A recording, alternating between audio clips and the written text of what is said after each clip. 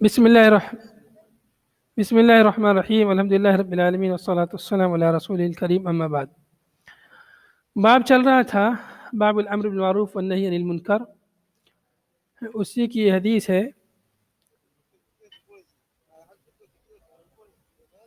یہ کون بول رہا ہے؟ بنگلہ زبان میں بول رہا ہے؟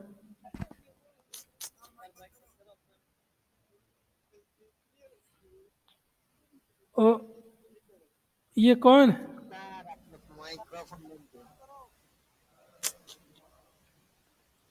چلیے، بسم اللہ الرحمن الرحیم، الحمدللہ رب العالمین والصلاة والسلام علی رسول الکریم، اما بعد۔ قال الامام ابو داود رحمہ اللہ باب الامر والنہی، امر المعروف والنہی عن المنکر کا یہ بیان ہے، اسی کا تکملہ ہے۔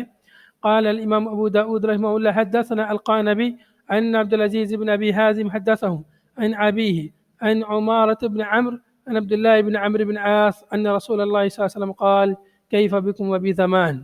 روایت عبداللہ بن عمرو بن عاص رضی اللہ عنہ سے کہ رسول اللہ صلی اللہ علیہ وسلم نے ارشاد فرمایا کیف بکم وبی زمان، تمہارا کیا حال ہوگا اس زمانے میں۔ او یوشکو، یا یہ لفظ فرمایا، راوی کو شک ہے یہ لفظ فرمایا یا آپ نے یہ فرمایا یوشکو ان یاتی زمان۔ اور ایک دوسری روایت میں ہے کہ یا عبداللہ بن عمرو کیف بک وبقیت فی حصالۃ الناس، کیف بک وبقیت فی حصالۃ الناس، تمہارا کیا حال ہوگا اس حال میں کہ تم ان لوگوں میں ہوگے جو انتہائی گرے ہوئے لوگ ہوں گے۔ تمہارا کیا حال ہوگا اس زمانے میں، یا قریب ہے کہ وہ زمانہ آئے یغربل الناس فیہ غربلۃ، لوگ اس میں چھلنی کی طرح چھن جائیں گے۔ یغربل الناس فیہ، اس میں چھن جائیں گے۔ کیسے چھن جائیں گے؟ غربلۃ، چھلنا، جیسے چھلنی رہتی ہے نا، چھلنی سے چھانتے ہیں گیہوں یا جوار باجرہ چاول وغیرہ چھانتے ہیں تو نیچے گیہوں نکل جاتا ہے، اوپر کچرا رہ جاتا ہے۔ تو ایسے ہی اچھے لوگ چلے جائیں گے اور برے لوگ بچ جائیں گے۔ یغربل الناس فیہ غربلۃ کا مطلب کیا ہے؟ یذهب خیارهم ویبقى اراذلهم، اچھے لوگ دنیا سے رخصت ہو جائیں گے، ان کی موت ہو جائے گی، وفات ہو جائے گی، اور دنیا میں برے لوگ بچ جائیں گے۔ تو جس طرح سے چھلنی میں ہوتا ہے اسی طرح سے ہوگا۔ میں آپ کو غربلہ، چھلنی جانتے ہیں نا سب لوگ؟ غربلہ دکھاتا ہوں آپ کو، غربل، جو نہیں جانتا وہ یہاں سے جان جائے، تاکہ غربلہ امیج میں جائیں گے تو یہاں سے سمجھ میں آئے گا۔ یہ دیکھیے، یہ سب چھلنی ہے تو اس میں سے چھانتے ہیں کوئی چیز تو نیچے نکل جاتی ہے، یا تو کچرا اوپر بچتا ہے یا کچرا نیچے نکل جاتا ہے، تو یہ غربلہ ہے۔ اس کے بعد میں ہم چلتے ہیں حدیث کی طرف۔ تو ایسے یعنی اچھے لوگ دنیا سے رخصت ہو جائیں گے اور برے لوگ بچیں گے۔ ایسے وقت میں تم ان کے ساتھ کیسے اپنی زندگی گزارو گے، کیسے ان کے بیچ میں رہو گے؟ تو آپ نے فرمایا آگے اس کی مزید وضاحت، تبقى حصالة من الناس، لوگوں میں سے رذیل قسم کے لوگ باقی بچیں گے، کچرا جو کوڑا کرکٹ کی مانند لوگ ہوں گے، ایسے لوگ باقی بچیں گے۔ قد مرجت عہودهم واماناتهم، کس قدر گرے لوگ ہوں گے کہ ان کے عہد و پیمان فاسد ہو جائیں گے۔ مرجت فسدت، ان کے عہد و پیمان خراب ہو جائیں گے، عہد و پیمان کا کوئی خیال نہیں رکھیں گے۔ وہ اماناتهم، ان کی امانتیں بیکار ہو جائیں گی، خراب ہو جائیں گی۔ امانت کا کوئی خیال نہیں رکھے گا، امانت میں خیانت کریں گے لوگ۔ واختلفوا، اور آپس میں اختلاف کریں گے۔ فكانوا هكذا وشبك بين اصابعه، اور لوگ اس طرح سے ہو جائیں گے۔ آپ صلی اللہ علیہ وسلم نے اپنی انگلیوں کے درمیان تشبیک فرمائی، اس طرح سے اپنی انگلیوں کے درمیان لوگ ایک دوسرے سے خلط ملط ہو جائیں گے، یا ایک دوسرے سے گتھم گتھا ہو جائیں گے، اختلاف کریں گے، لڑائی جھگڑا کریں گے، اس طرح سے ایک دوسرے سے مل جائیں گے۔ یا یہ کہ سچ اور جھوٹ اس طرح سے مل جائے گا، اچھے اور برے لوگوں میں تمیز باقی نہیں رہے گی، یہ اس کا مطلب ہے۔ وَشَبَّهُ فَكَانُوا هَكَذَا، اس طرح سے ہو جائیں گے، صحیح حق اور باطل میں کوئی تمیز باقی نہیں رہے گی۔ ایسا وقت ہوگا تو تمہارا کیا حال ہوگا؟ فقالوا، لوگوں نے پوچھا وَكَيْفَ بِنَا یا رسول اللہ، اللہ کے رسول آپ ہی بتائیے ایسے وقت میں ہم کیا کریں گے، کہ ہم کس طرح سے زندگی گزاریں گے؟ قال، آپ نے فرمایا تأخذون ما تعرفون وتذرون ما تنکرون۔ تأخذون ما تعرفون، لے لینا اس کو جو معروف ہو، جو تمہیں اچھا لگے، جو تمہیں بھلا معلوم ہو اس کو لینا، اس پر عمل کرنا. وَتَذَرُونَ مَا تُنْكِرُونَ، اور جو تمہیں منکر معلوم ہو، بری چیز ہو، اس سے تم پرہیز کرنا، اس سے دور رہنا، اس کو چھوڑ دینا، اس کو نہ لینا. وَتُقْبِلُونَ عَلَىٰ أَمْرِ خَاصَّتِكُمْ، اپنے خاص معاملات پر دھیان دینا، توجہ دینا. وَتَذَرُونَ أَمْرَ عَامَّتِكُمْ، اور عام لوگوں کے معاملے سے اپنے آپ کو دور رکھنا، چھوڑ دینا. دوسرے لوگوں کی پرواہ نہیں کرنا، اپنی پرواہ کرنی ہے، اپنے آپ کو بچانا فتنوں سے، فساد سے، اپنے آپ کو خیر کی طرف، بھلائی کی طرف راغب کرنا ہے، بھلے کام کرنے ہیں اور برے کاموں سے اپنے آپ کو بچانا ہے. تو اللہ کے نبی صلی اللہ علیہ وسلم نے فتنے کے وقت میں اپنے آپ کو فتنے سے کیسے بچانا ہے؟ ایسے لوگوں کے قریب نہیں جانا ہے جو فتنے پرور لوگ ہوں، فتنہ پرور لوگ ہوں، جو فتنے میں ملوث ہوں، ان سے اپنے آپ کو دور رکھنا ہے، اس طرح سے اپنے آپ کو بچانا ہے. اگلی روایت میں مزید اس کی وضاحت ہے. قال حدثنا هارون بن عبد الله قال حدثنا الفضل بن دكين قال حدثنا يونس بن أبي إسحاق عن هلال بن خباب عن هلال بن خباب أبي الألا قال حدثني إكرمة قال حدثني عبد الله بن عمرو بن عاص قال بينما نحن حول رسول الله صلى الله عليه وسلم إذ ذكر الفتنة فقال إذا رأيتم الناس قد مرجت أهودهم وخفت أماناتهم وكانوا هكذا وشبك بين أصابعهم. روایت یہ بھی حضرت عبداللہ ابن عمرو بن عاص رضی اللہ عنہ سے مروی ہے، کہتے ہیں کہ بینما نحن حول رسول اللہ صلی اللہ علیہ وسلم، کہ ہم رسول اللہ صلی اللہ علیہ وسلم کے ارد گرد بیٹھے ہوئے تھے. اذ ذکر الفتنۃ، چنانچہ آپ نے فتنوں کا تذکرہ فرمایا.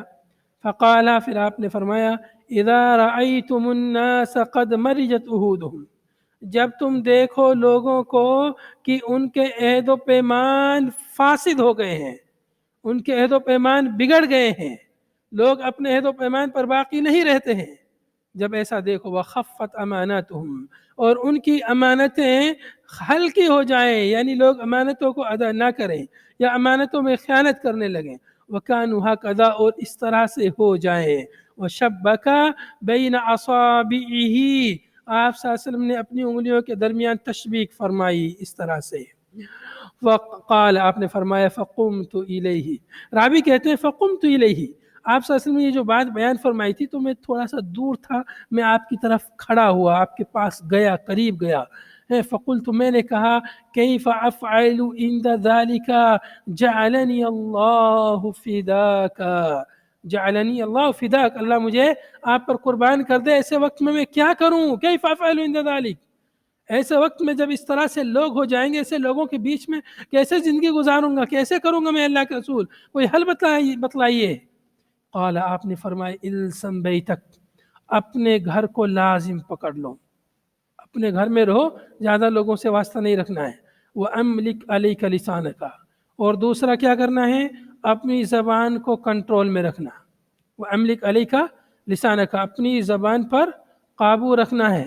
ایسا نہیں کہ جو من میں آیا بول دیا، کچھ بھی کسی کے خلاف کچھ بھی کہہ دیا، نہیں، زبان پہ کنٹرول رکھنا ہے. بہت ہی ضروری بات ہو تو بات کرنا ہے، کسی سے فالتو بکواس نہیں کرنی ہے.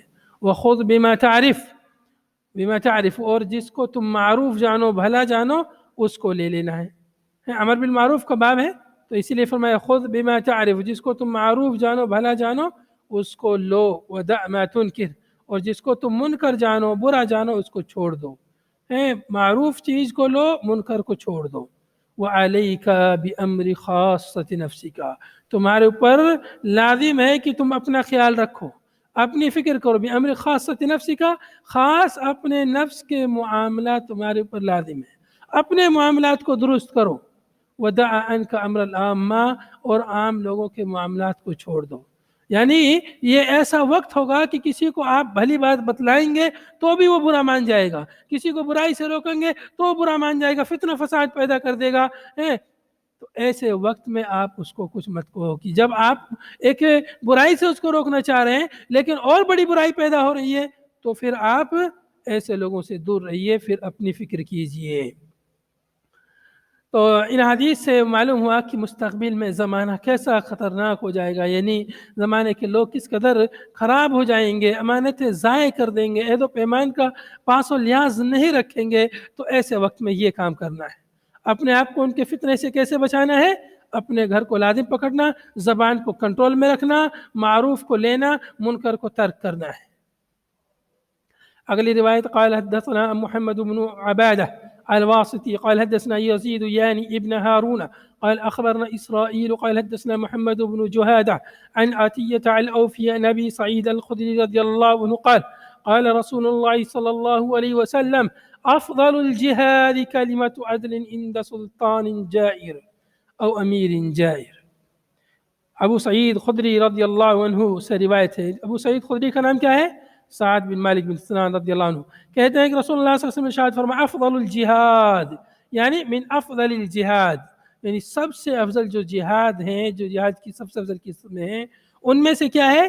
کلمۃ عدل، بعض روایتوں میں کلمۃ حق، حق بات کہنا، عدل و انصاف کی بات کہنا، عند سلطان جائر، سلطان جائر کے پاس، یعنی ظالم بادشاہ کے پاس حق بات کہنا.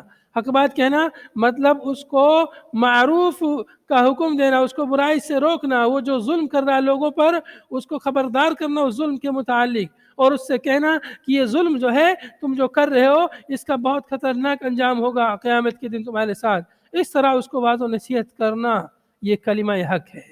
کلمہ حق یہ نہیں ہے کہ کوئی بادشاہ ہے، کوئی بھی کسی بھی ملک کا حاکم ہے، اس کے خلاف جو ہے سوشل میڈیا پر جو ہے اس کے خلاف کوئی بھی بیان بھاشن دینے لگا، یہ کلمہ حق نہیں ہے. یہ سلطان کے پاس کلمہ حق نہیں ہے. سلطان جائر مطلب ظالم و جابر بادشاہ، اس کے پاس حق بات کہنے کا مطلب کیا ہے؟ موت کو دعوت دینا ہے. اس لیے یہ افضل جہاد ہے. آپ جو ہے کسی بادشاہ سے بہت دور ہیں اور دور بیٹھ کر سوشل میڈیا پر اس کے خلاف جو ہے افواہ بک رہے ہیں، اس سے اس کی اصلاح نہیں ہوگی. اصلاح مطلب اس کے پاس جائیے، اس کو کلمہ حق بتلائیے اگر وہ باطل پر ہے. اور باقی علماء کو چاہیے کہ اگر وہ امراء میں، حکام میں کوئی غلطی، کوئی عیب دیکھے، کوئی نقص دیکھے، انہیں اس طریقے سے سمجھائیے جو طریقہ سمجھانے کا طریقہ ہوتا ہے، واضح نصیحت کا جو طریقہ ہوتا ہے، انہیں اکیلے میں جا کے انہیں سمجھائیے. یہ نہیں کہ سب کے سامنے اس کو ذلیل کریں. سب کے سامنے ذلیل کرنے کو کچھ لوگ کلمہ حق سمجھتے ہیں، یہ کلمہ حق نہیں ہے، بلکہ ان کو جائیے، ان کے پاس جائیے یا ان کے پاس خط لکھیے اور ان کو بتلائیے کہ یہ آپ سے غلط کام ہو رہا ہے. اگلی روایت قال حدثنا محمد بن العلاء قال اخبرنا ابو بكر قال حدثنا مغيرة بن زياد المؤشري عن عدي بن عدي عن الأرسي عن النبي صلى الله عليه وسلم قال إذا عملت الخطيئة في الأرض كان من شهدها فكرهها وقال مرة أنكرها كان كمن غاب عنها. روایت ہے عرس سے. عرس ہے بعض روایتوں میں، یہاں دیکھیں نمبر 3 حاشیہ میں لکھا ہوا بغیر خط کاتب العصر ابن عمیر الکندی. عرس ابن عمیر الکندی سے روایت ہے کہ نبی پاک صلی اللہ علیہ وسلم نے ارشاد فرمایا. یہ صحابی ہیں عرس بن، یہاں پر بعض نسخوں میں عرس بن عمیر الکندی ہے اور بعض نسخوں میں موجود ہے، میرے پاس جو نسخہ اس میں عرس بن عمیرہ، عرس بن عمیرہ الکندی ہے. عرس بن عمیرہ صحابی رسول ہیں، روایت کرتے ہیں نبی پاک صلی اللہ علیہ وسلم نے ارشاد فرمایا اذا عملت الخطیئۃ فی الارض، جب زمین میں برائی پر عمل کیا جائے، جب زمین میں برائی پر عمل کیا جائے، کان من شہدها فکرہا، جو شخص اس برائی کے وقت حاضر تھا، جس نے اس برائی کا مشاہدہ کیا، اس کو دیکھا، فکرہا، اس نے اس برائی کو ناپسند جانا، دل میں اس کو ناپسند جانا. وقال مرۃ انکرہا، راوی نے ایک مرتبہ کہا کان من شہدها انکرہا، جس نے اس کو دیکھا اس نے اس پر نکیر کی، انکار کیا، اس کو منع کیا. تو فکرہا ہے، فکرہا مطلب دل میں برا جانا، انکرہا مطلب زبان سے اس پر نکیر کی. تو یہ ایمان کا دوسرا مرتبہ ہے، یہ انکار منکر کا.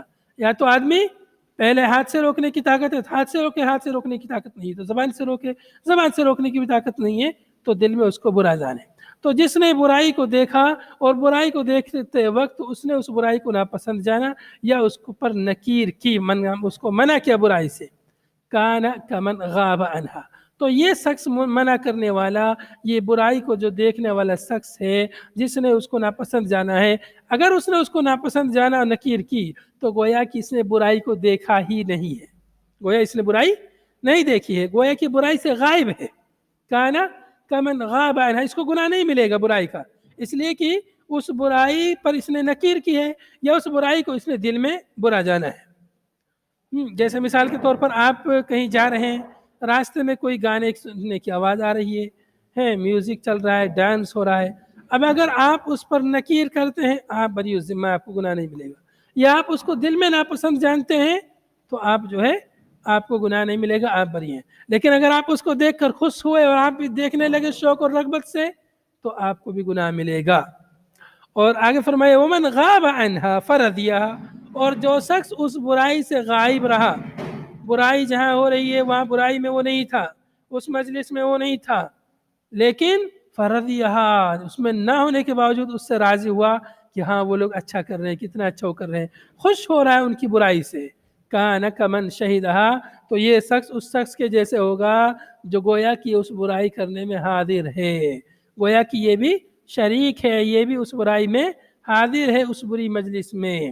جیسے مثال کے طور پر کہیں دور جو ہے گانا چل رہا ہے، اس کی آواز آپ کے کان تک آ رہی ہے، لیکن آپ دور ہیں اس سے، آپ حاضر نہیں، لیکن خوش ہیں اس کے گانے سے، اور گھر پہ بیٹھے بیٹھے لطف ہو رہے ہیں کمرے میں، دوسرا کوئی چلا رہا ہے اور آپ اس سے مزہ لے رہے ہیں، اس سے خوش ہیں، تو گویا کہ آپ بھی وہاں اس مجلس میں، گناہ کی مجلس میں موجود ہیں، اور آپ بھی اس کو، اس سے یعنی اس گناہ سے مستفید ہو رہے ہیں، فائدہ اٹھا رہے ہیں، وقتی فائدہ ہے، اپنے من کو، اپنی خواہشات کو پوری کر رہے ہیں اس گناہ سے، تو آپ کو بھی گناہ ملے گا اگر ایسا کرتے ہیں۔ یا یہ کہ آپ فائدہ نہیں اٹھا رہے ہیں لیکن گناہ سے آپ جو ہے خوش ہو رہے ہیں، دوسرے کے گناہ پہ آپ ناراض نہیں ہیں، اس برائی سے ناراض نہیں ہیں، تو بھی گناہ میں شریک ہوں گے، تو بھی گناہ ملے گا۔ تو اس سے معلوم ہوا کہ برائی کو جب دیکھیں تو اس کو برا جاننا چاہیے، اس پر خوش نہیں ہونا چاہیے۔ برائی پر کوئی آدمی برا کر رہا ہے، غلط کر رہا ہے، تو اس برائی پر، اس غلطی پر خوش نہیں ہونا چاہیے، بلکہ اس پر نکیر کرنی چاہیے، یا کم سے کم اس کو ناپسند کرنا چاہیے۔ اگلی روایت قال حدثنا احمد بن یونس، جی کوئی سوال کر رہا ہے؟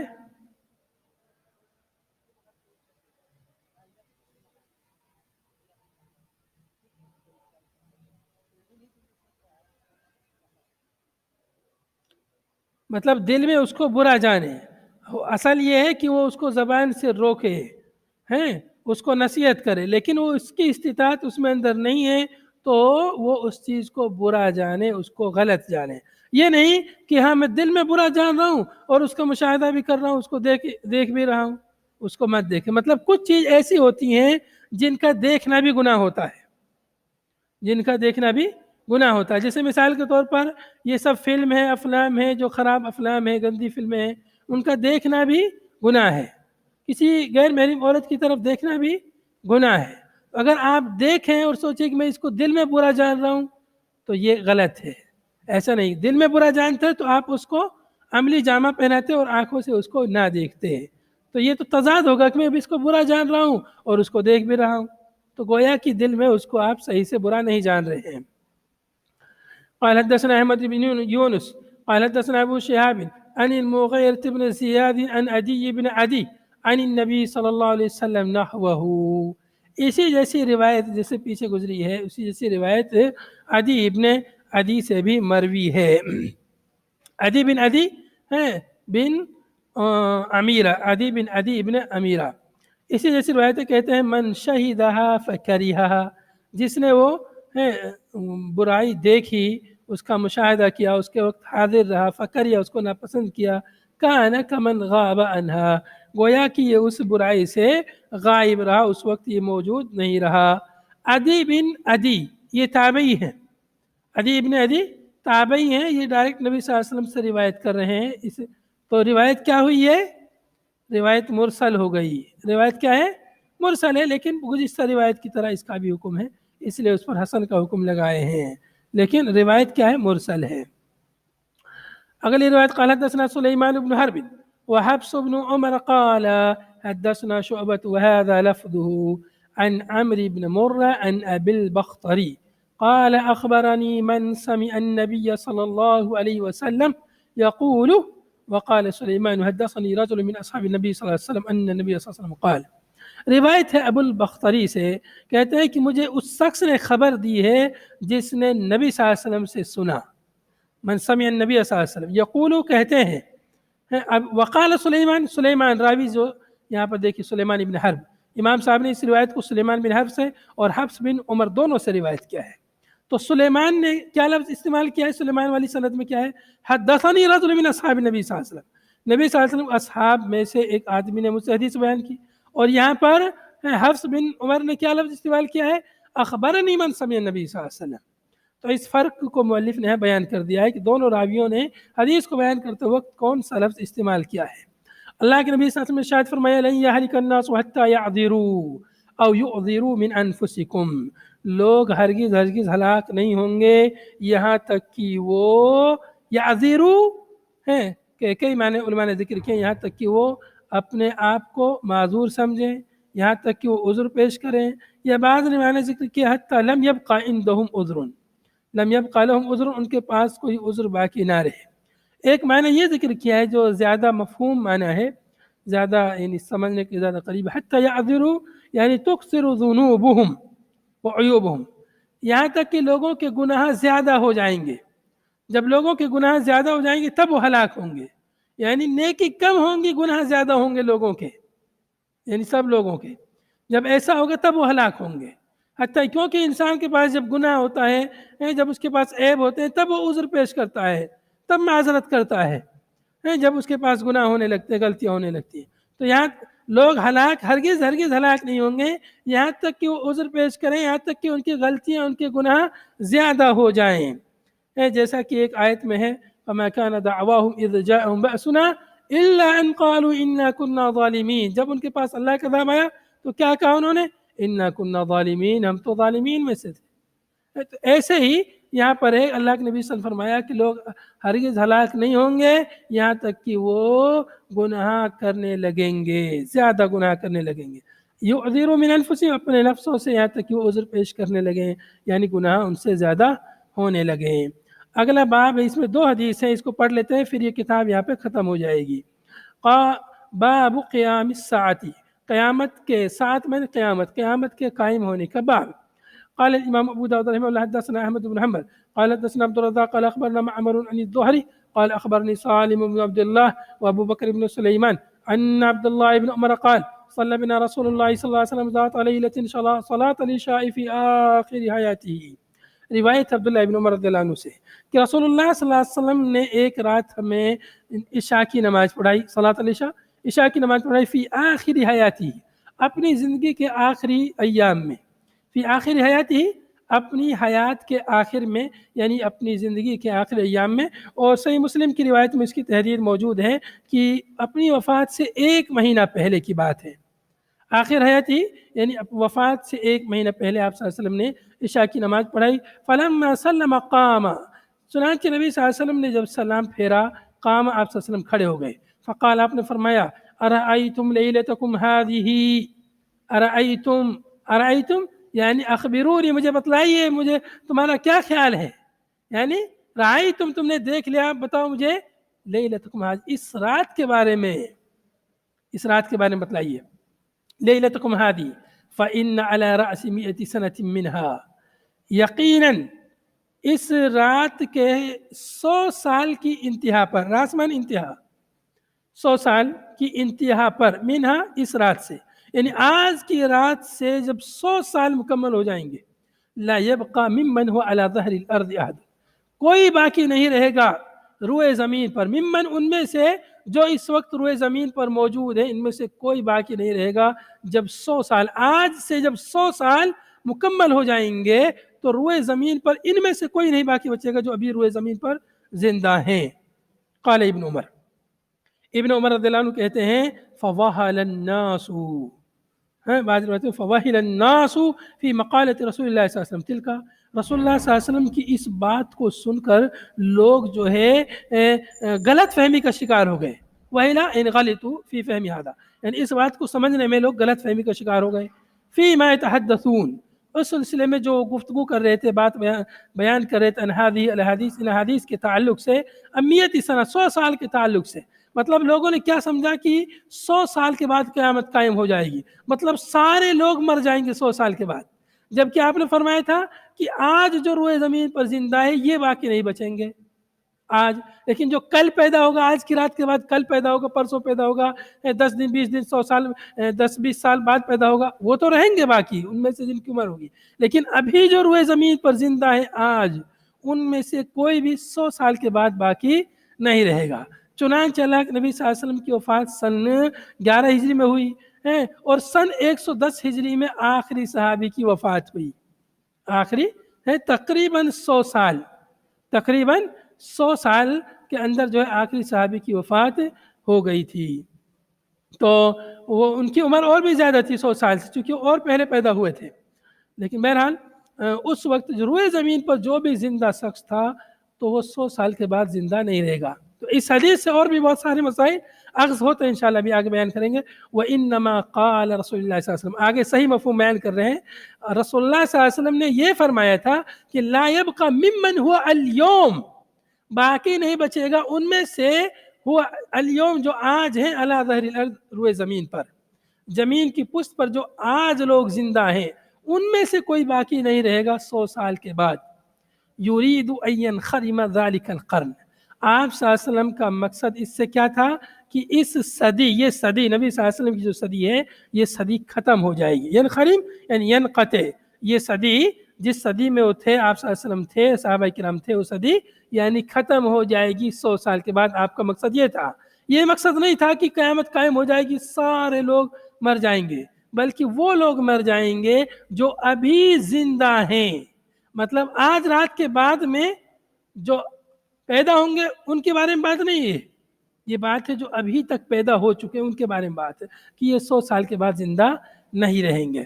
اس حدیث سے استدلال کر کے علماء کہتے ہیں کہ خضر علیہ السلام زندہ نہیں ہیں. اگر زندہ ہوتے تو اللہ کے نبی صلی اللہ علیہ وسلم پر آ کر ایمان لاتے، آپ کی دعوت کو قبول کرتے. اس سے استدلال کرتے ہیں. اسی طرح سے وہ لوگ جو 150 200 300 سال کے بعد دعویٰ کرتے ہیں کہ میں نے نبی صلی اللہ علیہ وسلم سے ملاقات کی ہے، میں نبی صلی اللہ علیہ وسلم کا صحابی ہوں، ان پر بھی اس حدیث میں رد ہے کہ اگر تم نبی صلی اللہ علیہ وسلم کے صحابی ہوتے تو تم 100 سال کے بعد زندہ نہیں رہتے، سن 110 111 ہجری کے بعد زندہ نہیں رہتے. لیکن 111 ہجری کے بعد بھی اگر کوئی شخص دعویٰ کرتا ہے صحابی ہونے کا تو وہ شخص جھوٹا ہے. اگلی روایت قال حدثنا موسى بن سهل قال حدثنا حجاج بن ابراهيم قال حدثنا ابن وهب قال حدثني معاويه بن صالح ان عبد الرحمن بن جبير عن ابيه عن ابي ثعلبة الخشني رضي الله عنه قال قال رسول الله صلى الله عليه وسلم لن يعجز الله هذه الامه من نصف يوم، اللہ تعالی ہرگز اس امت کو عاجز نہیں کرے گا نصف دن سے. اگلی روایت کو پڑھیں گے تو یہ مطلب اور واضح ہو جائے گا اس حدیث کا.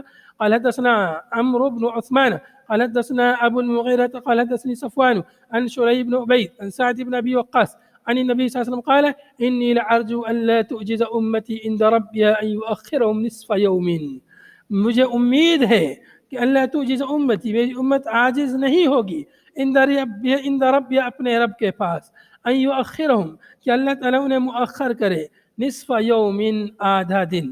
قیل لسعد، سعد سے کہا گیا وکم نصف یوم، نصف یوم کتنا ہے؟ قال، اس نے کہا 500 سنہ، 500 سال. نصف یوم کتنا ہے؟ 500 سال. قیامت کا دن مراد ہے. قیامت کا دن کتنا لمبا ہوگا؟ 1000 سال کا ہوگا قیامت کا دن. قیامت کا دن 1000 سال کا ہوگا. تو 1000 سال کا آدھا دن کتنا بنے گا؟ 500 سال. تو یہ امت، اس امت کا آدمی، اس حدیث کے کئی مفہوم علماء نے بیان کیے. ایک مفہوم تو یہ بیان کیا ہے کہ اس امت کا آدمی زیادہ سے زیادہ قیامت کے دن اگر وہ کھڑا ہوگا رب کے سامنے اسے تو 500 برس ہوگا، بس 500 برس سے زیادہ وہ عاجز نہیں ہوگا. 500 برس وہ رہے گا. اس کے بعد جو ہے کیونکہ جو اس امت کا امیر ترین آدمی ہوگا، سب سے زیادہ مالدار آدمی ہوگا، اس کو زیادہ سے زیادہ 500 برس لگیں گے. اسی یہی وجہ ہے کہ اس امت کے جو غریب لوگ ہیں وہ امیروں سے 500 برس پہلے جنت میں چلے جائیں گے. 500 برس. دوسرا مفہوم اس حدیث کا علماء نے یہ بیان کیا ہے، بعض علماء نے، کہ 500 بعد نبی صلی اللہ علیہ وسلم کی وفات کے 500 سال بعد دنیا ختم ہو جائے گی. یہ مفہوم غلط ہے، یہ مفہوم صحیح نہیں، اس لیے کہ 1400 سال ہو گئے ابھی تک یہ دنیا ختم نہیں ہوئی ہے. اور ایک تیسرا مفہوم بھی علماء نے بیان کیا ہے اس حدیث کا، وہ یہ ہے کہ اس سے مراد قرب ساعت ہے، یعنی قیامت کا قریب ہونا مراد ہے اس سے. تو اس وجہ سے امام صاحب نے اس حدیث کو باب قیام الساعہ میں ذکر کیا ہے. هذا وصلی اللہ وسلم علی نبینا محمد وعلى آله وصحبه اجمعین. سبحانك اللهم وبحمدك نشهد ان لا اله الا انت نستغفرك ونتوب اليك. والسلام علیکم ورحمۃ اللہ وبرکاتہ.